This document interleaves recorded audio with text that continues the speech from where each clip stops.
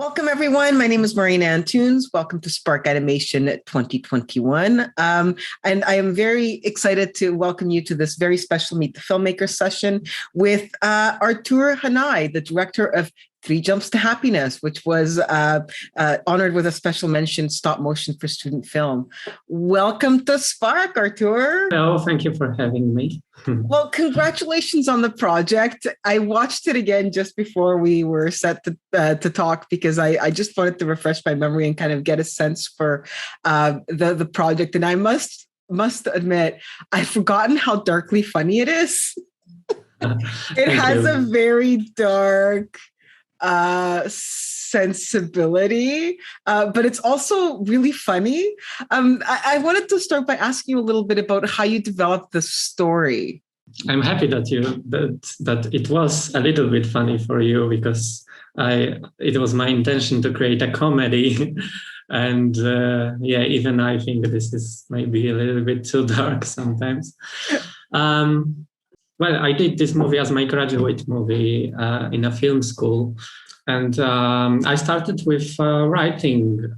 So I wrote down the characters. Like the first step was to write the characters and write everything about them that is not included maybe in the movie. So I jot down what their characters are, what problems do they have, and how they deal with their own demons. And later I started to write a script. It wasn't linear writing that I started from the beginning to an end. I think the first scene that I wrote was the bar scene with a bear and the turtle. And also the main thing that I had to develop was this motivational method that you can see in the movie. So those were the first steps. And later I tried to connect everything in a whole story. Was the concept always to use animals to tell the story, or did you at any point consider more humanoid individuals? No, I think I wanted to do a movie about animals from the beginning. Okay.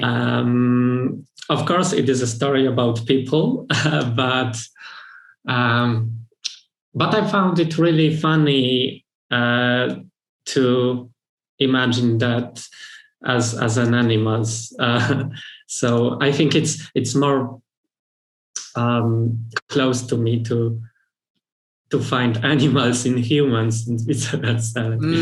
I think one of the things that's really interesting is you managed to get at some very minutia of relationships. Like my favorite tidbit is the turtles, because it's such a simple scene, but it really gets at just like relationships and how you get comfortable and just the little nitpicking that goes into it. And that's kind of that storytelling flows throughout the film. Like every animal has this very intuitive, very human emotion.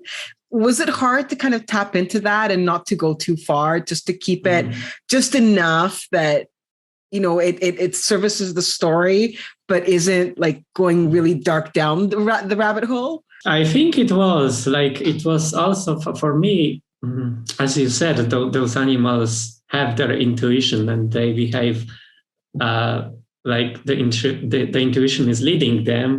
But it was the same with me when I wrote this.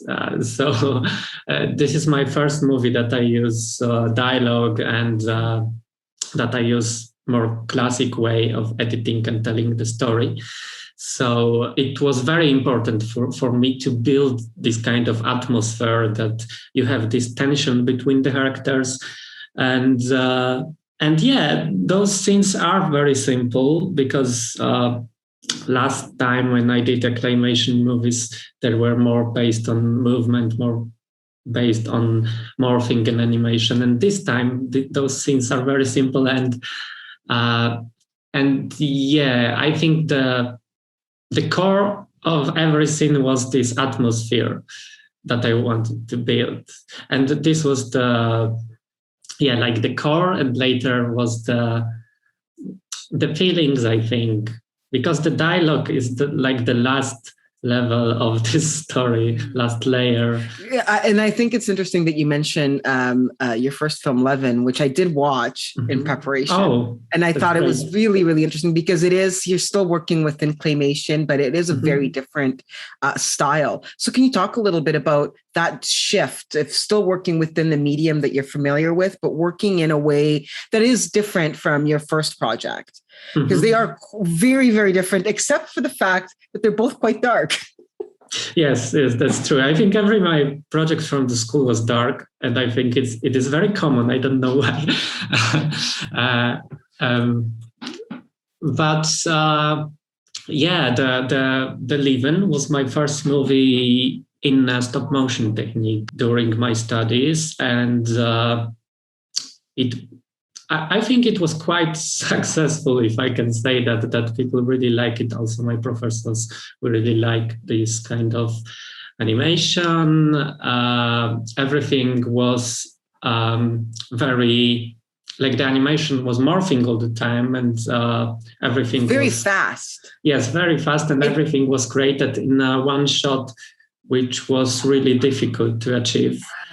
So I had to make this movie like from the beginning to an end in the same way. Later, I did also one project that was based on definition of the REM phase of dreams, and it was like the same technique. So I had a cubicle that I arranged somehow with clay. I sculpted every frame by frame from the beginning to an end.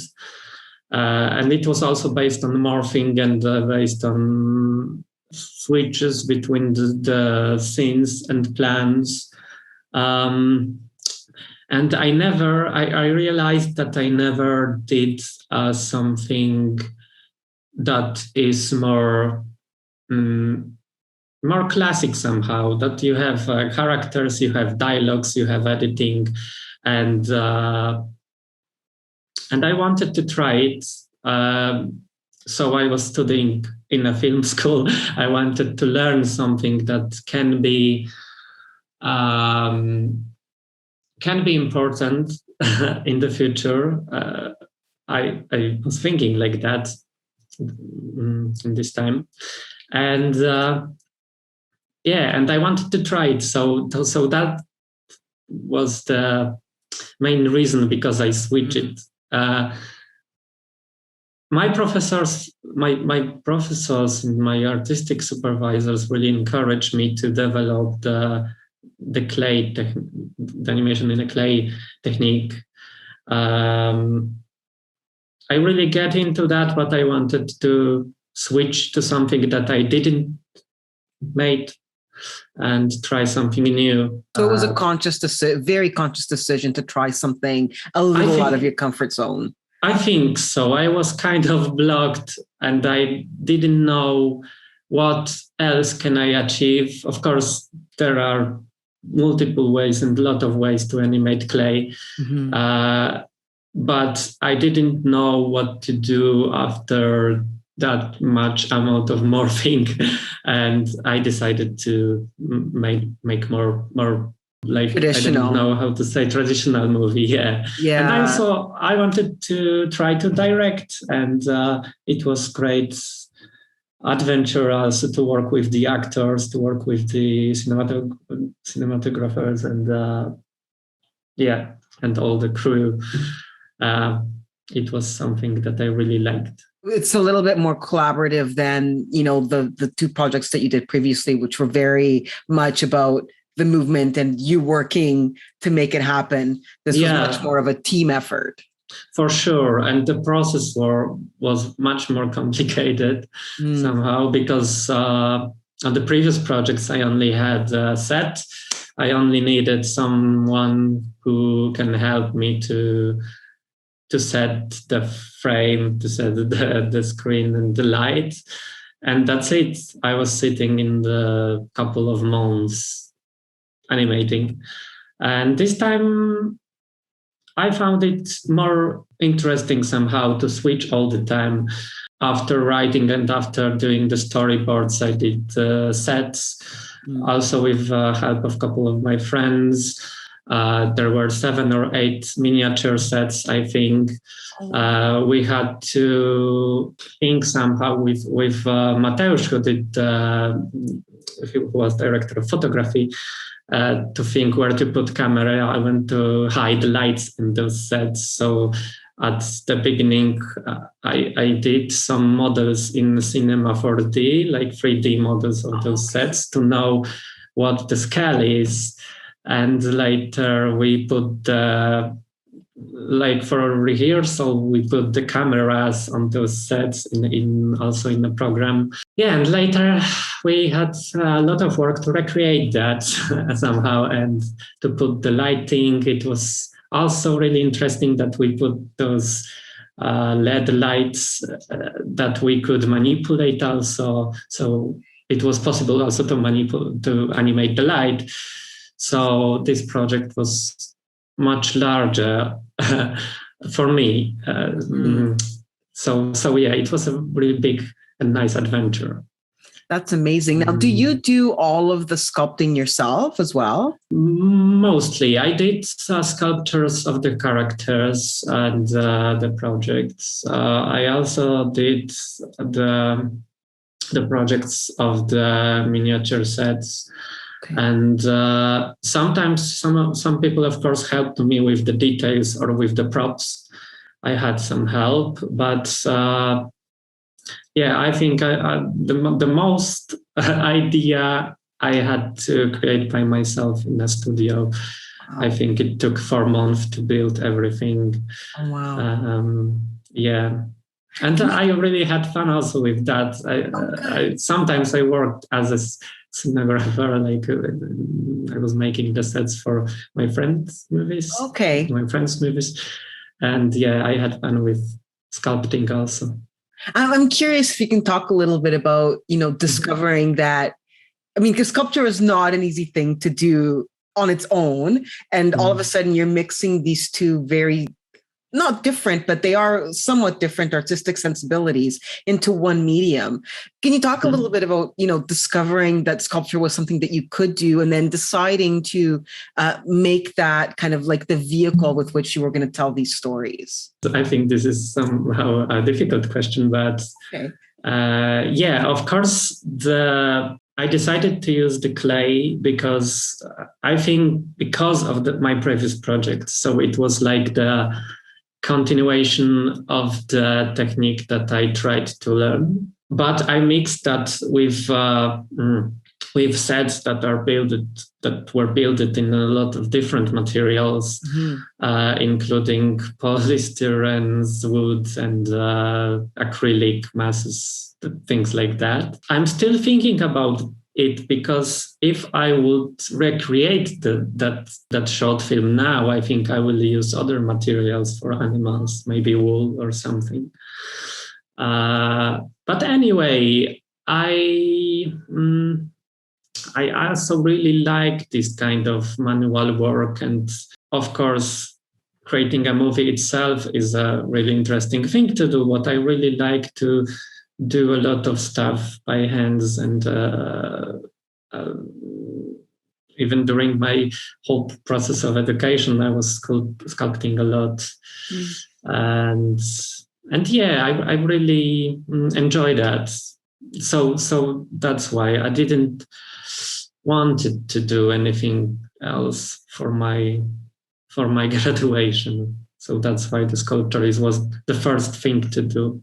Are you going to continue working in that medium? Because it's now become almost like a trademark for you, right? Well, I'm switching all the time. Right now, when I finish my school, I'm working in animation studio. So I'm doing also 2D animation and sometimes cartoon animation. But I really miss that kind of work that I can create something manually, not in front of the computer all the time.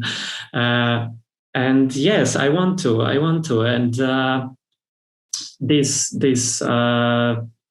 this movie, like Three Jumps to Happiness, is supposed to be a longer project.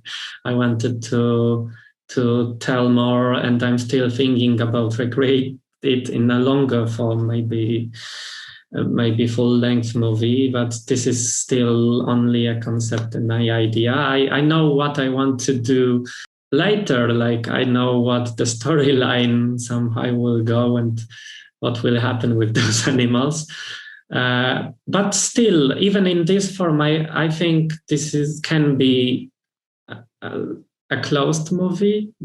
I will like to finish it someday, but right now I think it has some layers that somebody can discover in the story. Oh no, it definitely does. It plays really well on multiple viewings, and like I say, the comedic moments come through every time. They're done so well, so it does play very, very well as a standalone piece. Like it clearly could be a longer story, but I think it stands very well on its own. I think you did a wonderful job with that. And I wanted to talk a little bit about, you mentioned that it took 4 months to kind of work through some of the creation of the animals and the sets. What sort of time period were you working? Like, how long did the entire project take to make? So once you actually started production, what was that timeline sort of like for you? I think it was about 2 years or 3 years even, but with long periods of breaks. And there were a lot of situations that happened, even COVID. This is because I was still finishing the movie while the pandemic started. But it was only the sound that we had to recreate, and this was something better to do during the pandemic because a lot of the sound design could be done like in online conversations. And I think the building sets took about 4 months. Animation took something about 5 or 6 months. One of the scenes was shot after I finished school, so the movie at the beginning was shorter, even shorter. Later, some of people resigned from working. We had to find somebody that can replace them, and everything was stretched. So I cannot say, I think, the correct time. I'm not sure, but about 3 years generally. So you say that you added a scene. Why did you feel that you needed to add something to the project after you were kind of sort of finished already? This scene supposed to be there like from the beginning, but I didn't finish on time to show the finished movie at school. So after my graduation, the head of animation department allowed me to finish, and the scene with turtles talking in an apartment was the last scene that I made. Yes, my favorite scene in the movie. Yes, I really like it too. It was really funny to think about how those animals can live, and it was also something even different that it was really nice to develop. I was Googling a lot of images of the aquarium is the word? Yes. That people have in their homes, and they are arranging their aquariums for their own turtles. So I tried to recreate something like that. I love that she's making a smoothie and how she throws the thing into the smoothie, into the blender. I thought that was really cute. I had a nice giggle. And the entire movie is full of these little moments that are so wonderful. Even the opening sort of shot with the monkey giving you the spiel on the three things you can do to make your life better. I thought, that is such a believable thing. And it just feels so relatable in this very kind of ethereal way. It's not humans, but it might as well be, because we've all done that. We've all sat in front of the TV in the middle of the night going, what am I doing with my life? And, some guy comes on TV, I have all the answers. We're like, okay, give us the answers. Yes. I think even like the ape itself don't know if it works or not. Also, I wanted to mention that we recorded the actors, so the animation comes later. Maybe that's why it's so. Yeah, I didn't want to suggest anything for them. So first, we did the recordings. I was talking with the actors, how the characters are behaving and how are they, and later they tried to create them, and it was something interesting for me too, because they told me that usually they have image that they can play and associate with. This time, no, it wasn't like that. And I did the animation later. So you were able to incorporate some of that energy and movement into the character design. Okay. Yes, I found it really great to give actors some freedom with interpretation, and later to try to imagine what the gesticulation is and what the mouth movement is. I think it's a more flexible method, I guess. Maybe it's something common, I'm not sure, but the actors told me that usually they have image first. And they'll come back later and do the animation, the voice over that. But that's really interesting how you did that backwards. It works really, really well. It's the film is just, like I say, so much fun. And because it's so intricate and artistic. I mean, there's so much to look at in every scene. The character design is beautiful. The backgrounds are beautiful. And it's just such a joy to watch. So really, congratulations. It's such a wonderful project. It really is fantastic. So it's well-deserved. Well-deserved. I'm really happy that you enjoyed it. This is also my first movie in color. So That's right. Was it difficult to be working now in color, and then you have all of this lighting? You were talking a little bit about the technicality of setting the scenes and camera and lighting. Can you talk a little bit about that process of working in this? It's still the same visual style, but it's also a little bit different, because the cinematography really adds, and the lights, they really add a different layer to the entire project. I have a lot of help from Mateusz, who directed the whole photography in the movie, and he exactly knew where to put the camera and what we want to achieve in the lighting. Of course, we could plan a lot of things in this phase where I created the cinema 4D models, like 3D models. On this stage, we could plan where to hide the lights and where to put the camera. But later, based on those projects, we did some mood boards based not on animation movies, actually. There were a lot of feature movies, like feature movies, that we used in this mood board. In this mood board, we collected a lot of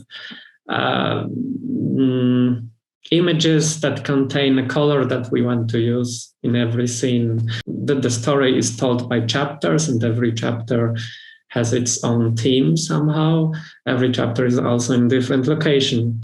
So I'm not sure if it was difficult, but it was so much fun to do this. The film is wonderful. Congratulations again. We're going to work on this long term, or do you have another project that you're working on that's more in the near future? Right now, I'm working on the projects for different people, and I cannot really talk about that.